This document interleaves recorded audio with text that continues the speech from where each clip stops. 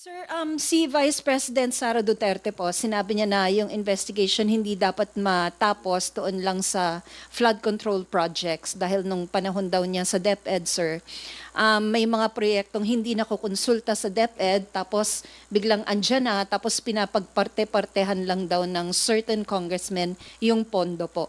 So dapat pati school buildings daw po masama. Kailangan naintindihan natin ang budget process para natin masagot yung tanong na yan. Ano, ha? So, pagbigyan ninyo ako na magbigay ng konting paliwanag sa kung anong paano nangyayari dito sa budget na ito. Yung National Expenditure Program na sinusumite ng bawat ahensya, the only NEP or National Expenditure Program na may initiative power or ability yung congressman is DPWH, And ang rason diyan is kasi doon sa NEP na binibigay ng DPWH sa DBM, meron portion doon that are for local infrastructure projects talaga. So, for example, this year, it is, I believe, 150 million pesos. So, anong pwede mong ilagay doon? Mga tulay na maliliit, yung mga maliliit na kalye, sa mga gusto mong buksan na lugar sa lokal, wala kaming nabibigay na suggestions on national projects, For example, national highway, national buildings, wala kaming karapatan gumawa nun. Kung purely local naman yan, halimbawa yung City Hall, city funds yan. Wala rin kinalaman yung NEP na nakukuha natin dyan. So, doon naman sa DepEd, wala naman kapasidad din ang congressman mag-initiate except pag kinonsulta sila ng DepEd. So for example, itong budget ng DepEd ngayon, wala akong alam na congressman na formally nag-submit ng listahan ng mga eskwelahan, for example, na kailangan niya, pagkatapos automatically nasama sa DepEd budget. Yung pamamaraan dyan is yung DepEd has a program for the whole period. May shortage tayo of 40,000 classrooms. Paano nila pupunin yung 40,000 classrooms na yon? Gagawa sila ng plano nationwide, base nila sa kung sinong priority, sinong na mas nangangailangan. Tapos doon nila ilalagay yung kanilang mga proposal for the NEP 2026. Ganon.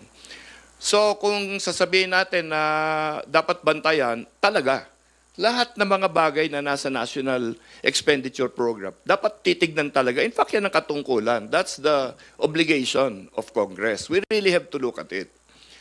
As to whether or not lumalanding sa mga congressman yan, hindi ko alam kasi the funds of the DepEd, for example, so far, pagka may school building, linilipat yan automatically sa DPWH. Walang construction na ginagawa ang DepEd. Pumupunta talaga sa DPWH.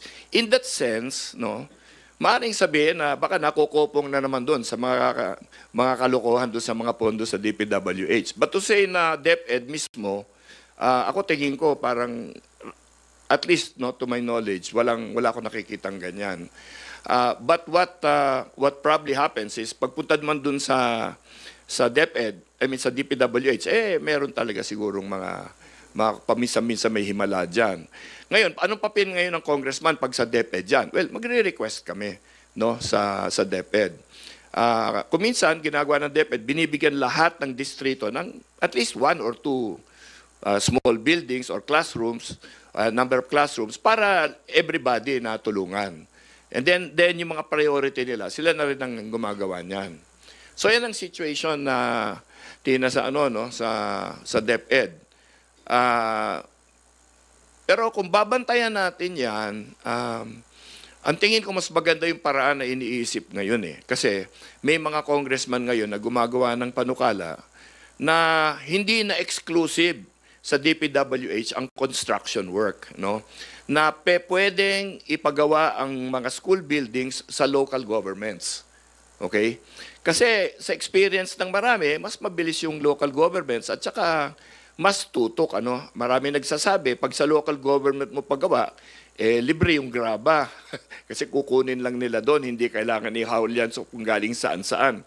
At siguro sa experience na rin ng lahat, pag ginagawa ng local governments, mas mabilis. Kasi andun sila nakatutok no? Hindi katulad nung sa DPWH, kukuha pa ng kontratista yon. Ito nandun na sila at mabilis nilang pwedeng gawin yan. So yan ang isa sa mga panukala na papasok dito sa budget hearings ng DepEd. Tingin ko pag pumasok yan, magiging malaking diferensya talaga sa pagtapos ng ating mga nakukulang na school buildings.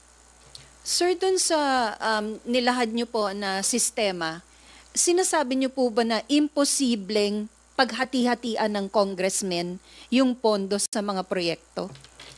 For classrooms? Classrooms and other infra projects po. Hindi, wag natin iparehas lahat kasi classrooms muna, no? O, sige po. Classrooms hindi. Malinaw ang procedure sa classrooms Kailangan nandiyan ka sa listahan ng DepEd. Kailangan na-identify ka sa a place that really needs classrooms more than the other places, no? Tapos pag yun na nga dito sa mga nakaraan, pag na-identify na yun, pupunta na ito sa Antipolo.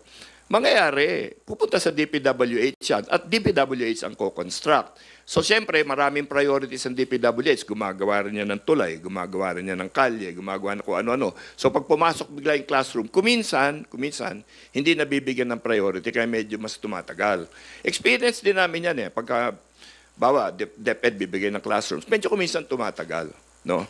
So, kailangan mabantayan yan. Lahat ng salapi ng bayan dapat bantayan. Pero ito ba kaiba ito? Palagay ko hindi. Wala naman tayong naririnig masyado mas skandalo sa DepEd di ba? In fairness to everybody who has been a secretary of the Department of Education, by and large, mataas ang respeto ng tao sa mga, kahit na sa mga ganyan na procurement. Long ago, may mga problema sa mga libro-libro. Pero yung construction school building, tingin ko, so far, they've been able to maintain a good reputation and a good job.